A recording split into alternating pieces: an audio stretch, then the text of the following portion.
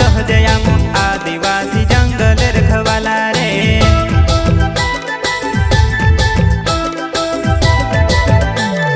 चल जंगल जमीन काजे पूजे रे आदिवासी दुनिया ने रखवाला रे।